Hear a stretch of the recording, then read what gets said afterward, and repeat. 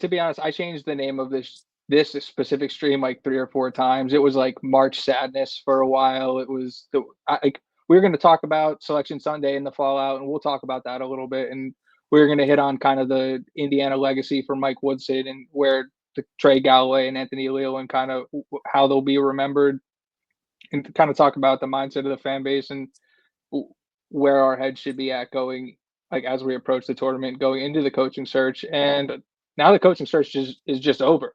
And it feels like it ended pretty quickly, like pretty abrupt. It does feel like it also mirrored the football search where Signetti wasn't a candidate until he was, and then he was hired. And so we're literally 2 hours off of the official news of Indiana hiring DeVries. So, Goom, I'll ask you first. Initial reaction, Darian DeVries. How do you feel? Yeah, I like it because right off the, first thought, not the direction I would have necessarily gone. But once you're thinking about it a little bit, you kind of did check all my boxes, like proven at the power. Well, maybe not proven, but has won at the Power 4 level. Maybe not consistently, but then you can go back to the 6 out of 6 years at Drake winning 20 games, and then basically should have made the tournament this year was a consensus lock, but kind of, we'll talk about it later, but kind of got, absolutely, corrupted out of the last spot in the tournament.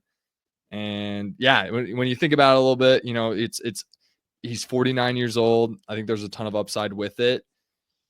It's his first, real shot. He was able to, first year at West Virginia, go to the tournament basically. And that gets me excited. It reminds me a lot of, a Signetti type hire. He's from West Virginia. There's a lot of similarities to that hire, how fast it happened, those types of things. So Pundit? Yeah, no, I mean, I agree with some of what Goom said. I think there's a few things I'm feeling, and I'm sure we'll get into later. But taking a step back, this search has kind of been trending this way for 10 days now.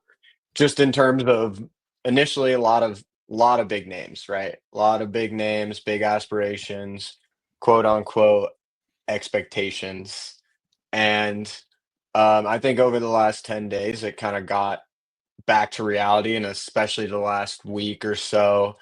Um, so there was an initial shock when I saw kind of murmurs of this yesterday, but there was still a chance, right, that there was some rabbit in the hat. There was some mystery candidate. And, that's enticing to listen to because also I had expectations for this search and what this hire would be. This was definitely not a top five and maybe even top 8 or 10 option for Dolson, in my opinion. But out of the can get realistic category, I think it's like a top 3 hire, maybe even 2. So out of the realistic options, I think it's a great hire. He checks boxes. He seems like a good coach, on both sides of the ball, and he seems like a good lad, which matters, I think, to some extent. And he has experience. I mean, he coached at Creighton under McDermott for however many years, 17 years 17. he's at Creighton. So I mean, yeah, exactly. That is that's a tremendous amount of time to be spending. I mean, imagine how good at your job you have to be to keep it for 17 years. So I think, yeah, I mean, I think it's a good hire. I'm interested and I'm curious, right? Like there are questions that I have. There are boxes, not necessarily unchecked, but he doesn't have that much experience at the P5 level, but he kind of is kind of like a young McDermott. He's Yeah. not the most savvy in the press conference. Go ahead, Goom. I mean, if he's a young Altman, it's just kind of where the direction I'm going to go. Just being an assistant, like if we could get anything like that. I mean, just him Anything being from around trees like one that. of the guys that we would put on our top 10 list for the splashy hire that, we want Indiana to go in. Like Dana Allman's that guy, and we got a guy similar to him. Like we got Signetti, guess who he was assistant of? Nick Saban, like a very, successful, highly renowned name in the industry. And I know, obviously I wanted a guy maybe a little more established at the power forward level, but I think it's maybe even a reality check for Indiana. Like, we can't necessarily get a guy like that. And I think they made the right move getting him while he's there after just 1 year, as opposed to him being 4 years in. He's going to his consistent Sweet 16 runs with West Virginia, because this guy had the top 25 class coming into West Virginia next year. Got 4 4-star commits. I mean, 3 4-star commits. They could all come to IU next year. With, we got 7 open scholarship spots with Cubs hitting the portal today. We got room for him. Obviously, we're bringing in his son, who I think is going to be an All-American level player for Indiana next year. Definitely a Big Ten Player of the Year contender. If I'm assuming he's going to go play for his dad and leave West Virginia, not be coached by some random guy Yeah, no, well, I I think assume he's that's going to safe go to to assume. Indiana. I asked you guys as a joke. I was like, "Do you think we'll get Tucker?" And you guys Yeah. both looked at me like I was an idiot. And we're like, "Yeah, like what are you talking about?" Like, yeah, I think that's safe to assume. And Yeah, he's coming. we'll dive into the roster construction a little bit later. But you guys both hit on a part of like expectation versus reality, and this was like a really really long search.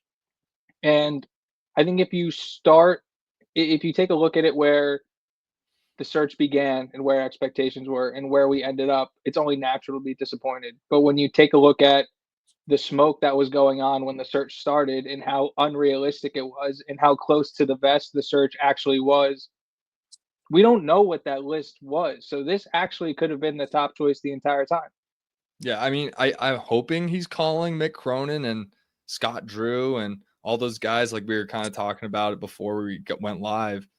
I hope he's calling all those guys, and obviously they're saying no. I mean, Keys wrote this whole stupid 10 person article of guys that met our criteria of being consistent power forward. DeVries didn't check that box for us to make that list because he just wasn't, like I was saying, at the power forward level for that long. Of the guys you get, and then when we went further down that list, you go Brownell, Collins. It's like, and you compare those guys with DeVries and what he's done at Drake, take into account like he's at Drake. It's the Missouri Valley. Like, that's not an easy conference to kind of dominate, win 20 games consistently year after year after year. And he was able to do that right away. 20 wins in his first year at Drake, where they were mediocre 500 before that. And then goes to West Virginia, does the same thing, goes to almost wins 19 games. First time he's ever been under 20 in his career. And it's only because his best player, his son, was hurt since December 6th. And they should have made the tournament anyways, despite all that. Yeah, I'm interested to see how it goes. I mean, I think there's a lot of boxes checked, right? Obviously, there's also not question marks, but you have to think about what comes with this job, and not to bring that up this early or be that guy, but like, this is a I think it's different time. beast. This Yeah. is a different beast, right? Like, this is not IU football, it's not West Virginia basketball.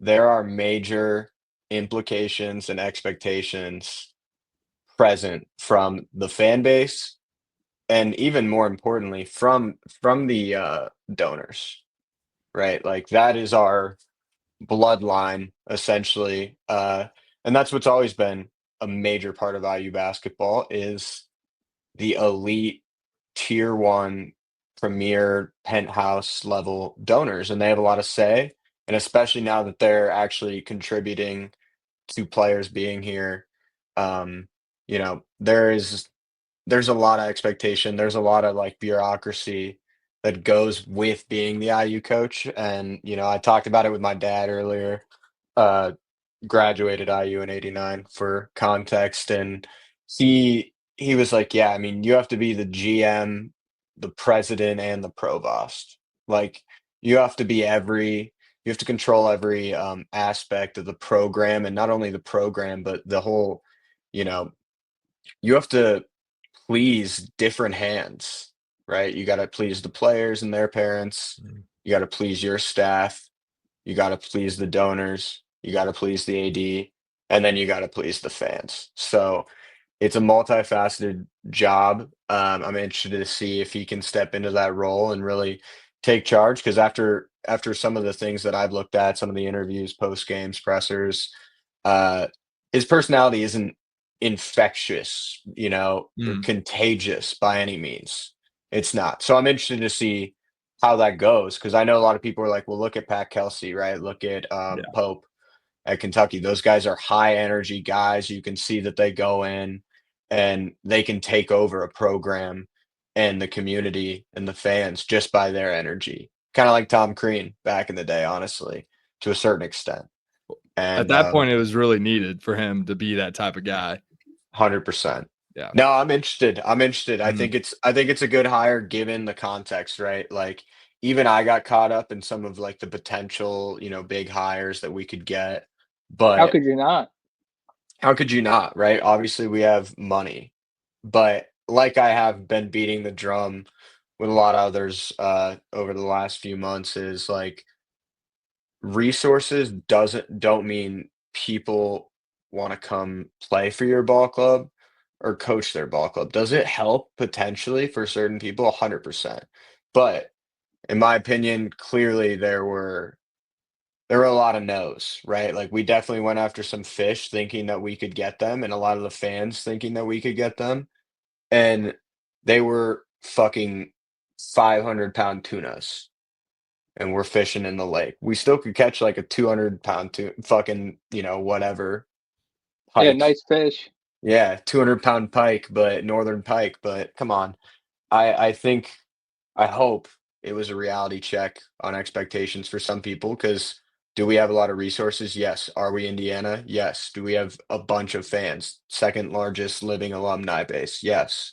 But there's a lot of smoke that comes with the program. It's a fishbowl at the end of the day. So I gotta think that if you take this job, you leave another job that you liked to take this job. You're ready for that, 100%. Um, but at the end of the day, Archie thought he was ready for that, and look how that turned out. So I'm interested. I like it. It's not like gonna blow me out of the water, but I like it. I think you made a good point with the expectations, like making that big splashy hire. Your Roy Williams from Kansas to UNC, or your Yeah. Calipari to Kentucky. That only happens every once in a while. Kentucky, they ended up, going, Mark Pope, who was a rising coach at Who was not their first BYU, he who was not wasn't their first necessarily, choice. yeah, not necessarily at the Power Four level, but just happened to be an alum and was kind of a rising name, and they took a chance on one of their own, and it seemed to work out for him so far. And but that's not like the Calipari, the splashy hire that everyone was anticipating. Like, oh, Kentucky's losing Calipari, like they're gonna get whoever they want. Like that's just not and that's Kentucky, who's been pretty relevant the last 20 years as opposed to a school like Indiana. So I think it does. I think I'm surprised, like given how that hiring cycle went, that we had so many fans, including myself. Like I love playing into it and just seeing like, who knows, maybe we do get, the big splashy hire because we do have those resources, but those things just don't happen too often. And um, yeah, and then you end Well, up with Darian DeVries, who's very solid, very, I very high ceiling.